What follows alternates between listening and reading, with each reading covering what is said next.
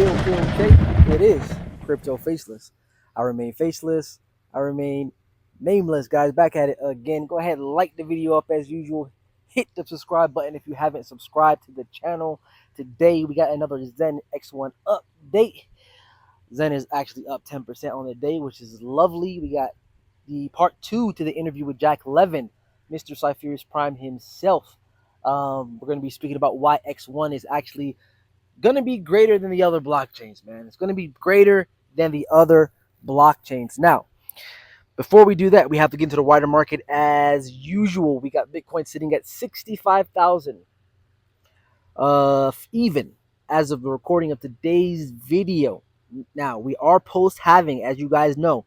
Post-halving, we have entered into a new era. We have entered into a new phase, an era of this bull cycle where we are shifting our mind state from buying long-term to selling. And I'm not saying we're going to be selling right now. You guys know I've talked about it in my last video about OSOC. Go check it out. But basically, before the halving, we were all about buy. You guys know we started the channel 6 months ago, back in October. You want to say maybe October of 2023, and we said that we're going to be, buying, filling up our bags. Bitcoin was at 20K, 20 something K, and we were telling you guys, do not listen to the bears. We're going to go much higher. You need to be finding your high conviction plays and building up a bag of all of those plays. And that's what we've been doing this whole time, guys. Past 6 months, we've been building up bags in all of the plays that I've been speaking about here on this channel. You know that we're not maxis on this channel at all. I do speak a lot about Zen, but I'm also in a lot of other coins as well, because there's so many opportunities to win in this market. It's not just one coin, right?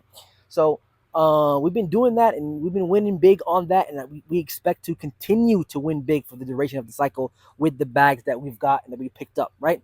But now we're changing and shifting the way that we think.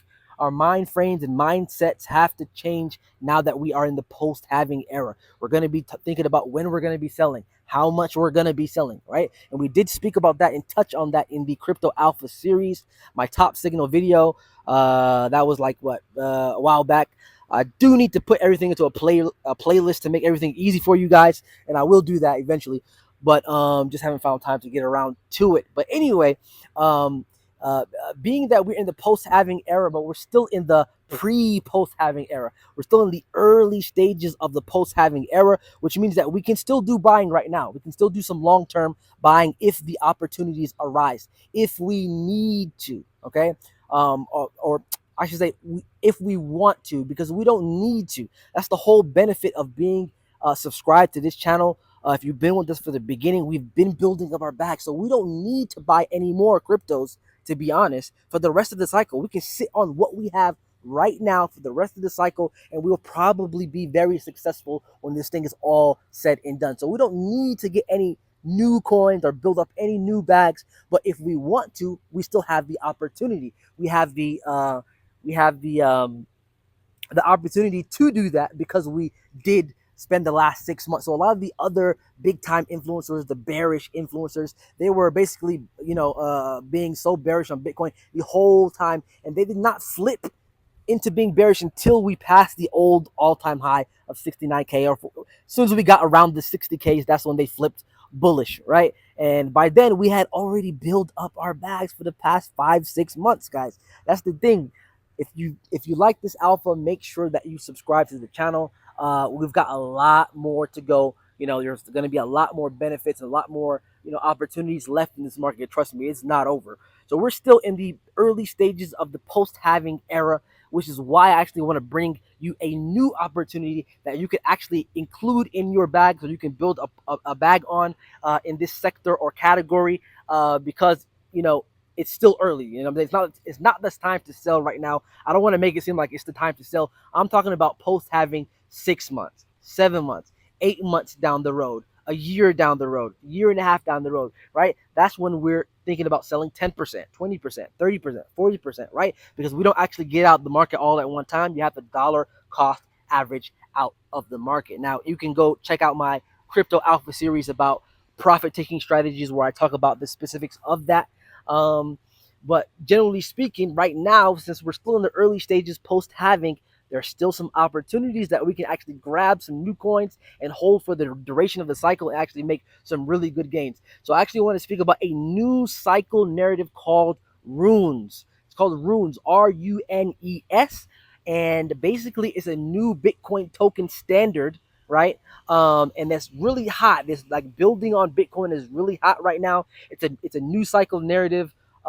Think about BRC20s, ordinals that came out last year, but those are still new cycle narratives as well. And think about Bitcoin Fi, something they're calling Bitcoin Fi, which is basically DeFi on Bitcoin. So basically, the way things work historically, DeFi is usually on Ethereum and other blockchains, but mainly on Ethereum, right?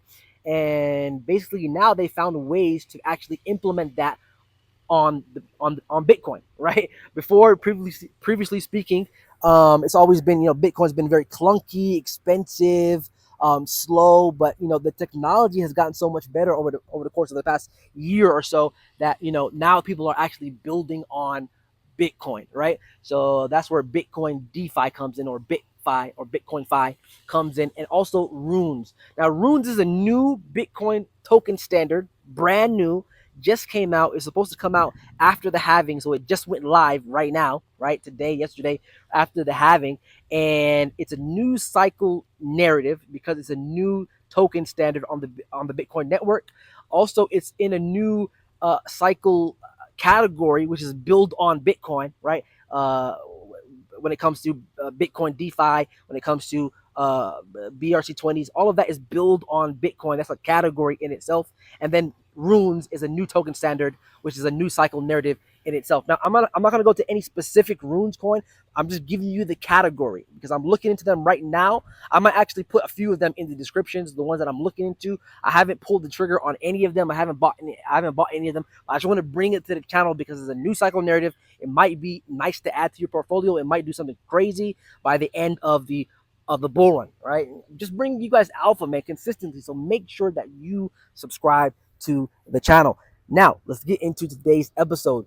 Zen X1, the part 2 to the interview with Jack and Zenzu. Zenzu being the main developer, one of the main developers for Zen and X1. So this episode was all about why X1 is going to be different, why it's going to be better than the other blockchains, right? Super, super, super important episode. I'm going to link it in the description. Go watch the full episode. I'm just going to give you the gist of it, right? They started off the interview actually talking about why X1 is why you can't actually come out with a copycat blockchain, right? And Jack actually posted this on Twitter as well. He said in 2024, you cannot just come out with a faster or cheaper blockchain, you know, than your neighbor's blockchain, right? It's not going to happen, right? You have to have some new tech. You have to have something that's new. You have to have some kind of distinguishing factor that's going to separate your blockchain from the other blockchains, guys. You can't just have a copycat blockchain, faster, cheaper. That's old school. Like, you have to have a reason for developers to actually want to come and develop on your blockchain. And that's exactly what we're seeing with X1. So the first thing that they kind of got into, they wanted to talk about, was actually layer twos, right? Layer two solutions that are on Ethereum. So if you guys understand, I know you guys already know this, but basically, if you're new, basically, if the way Ethereum works is they developed all of these layer two blockchains. Think Polygon, think Arbitrum, Optimism, think Base. All of these are layer two blockchains, basically to help Ethereum run smoothly, to make sure that it stays relatively cheap and fast. Relatively, right? Relatively. It's all relative. But basically, and people can do all of that fun trading and stuff mainly on the layer two blockchains, right? That's the reason why they have Polygon and Optimism and Base and Arbitrum and all the other layer two blockchains. Those are the famous ones, right? Now, what Jack was basically saying was that the technology behind layer twos is actually a farce. It's actually a farce. It's actually very centralized and not decentralized. Okay, so the technology behind layer twos, even though last bull run they really touted and tried to big up the technology behind layer twos, but it's really not bringing the space forward in any kind of way. It's not really bringing, kind of moving the pendulum in the right direction when it comes to blockchain and decentralization. So Jack was actually saying, in a nutshell, really a layer two blockchain is just an upgrade on a UI. Like it's an upgraded UI to a centralized exchange. So there's really no difference from using Coinbase or using Polygon, right? It's just an upgraded UI to make it seem like you're doing something else, but really it's centralized, right? And the problem with that is really like when it comes to these layer two blockchains, they're centralized and they're removing the whole concept of censorship resistance and immutability, because these layer twos can actually be changed. Certain aspects about it that can be changed. So basically, they're breaking away from first principles, guys. These layer two blockchains are not first principles. That's the problem here. Okay, and then we're going to talk about the fix. The problem is that these layer two blockchains are not first principles. And when it comes to XEN and when it comes to XEN and coming out of XEN, it's all about first principles. It's all about following first principles. And basically, what that means is, and Jack was saying, and also Zenzu was saying, is that they're going to go with a monolithic approach, right? And what that means is they're going to have the same benefits. XEN, the layer one blockchain, is going to have the same benefits as a layer two. It's going to be run cheap. It's going to also be fast. Okay, it's going to have the same speed as a layer two or quicker, right? It might be even faster, right? But it's going to have layer. They're calling it the layer two rollup, right? Layer two rollup technology. Basically, it's going to be a layer one that has a layer two built within it. That's crypto faceless explanation right there, right? You want to get the full tech dev explanation, you got to go to the interview, listen to it. But what it means is that XEN blockchain is going to have, it's going to be a layer one that has layer two capabilities built within it. That's the distinguishing factor, or one of the distinguishing factors that we have on XEN, guys. You have to have distinguishing factors. You can't have a copy paste blockchain, right? You can't just fork a blockchain and say, hey, here you go, everybody go play on our blockchain now. That's not how it works. Like, that's old school. It's not going to work this time around, right? You have to have new technology, have to have innovative technology, and that's what you're seeing here on with XEN. They also did talk about the AI consensus that they're using in the blockchain. The execution layer is being pushed outside of the consensus. Outside of the consensus layer, basically making the consensus almost instant. The consensus is almost instant on XEN, which is super duper important, and they're using that by using DAG technology. Of course, this blockchain is going to be proof of work, proof of stake. It's using the features from the DAG technology. It's super innovative, guys. Super innovative. It's not cookie cutter. It's not copy and paste. It's new tech for people to actually be like, whoa, that's interesting. What's going on over there on that blockchain? That might actually be the future, right? That's what you really want, guys. That's what you really want. They talked about finality as well. The finality on XEN is going to be super fast, okay? They talked about how it's important to be super fast, but also super fair as well. And the distinguishing factor for XEN is that the finality is going to be made at the time of transaction execution. And that's not the case on all the other blockchains. You think Ethereum, you think all the other blockchains, it's not the case. So on XEN, the finality is going to happen in the transaction execution layer, or, in that part of the transaction, which is going to make it super quick. It's going to make it super, super quick, right?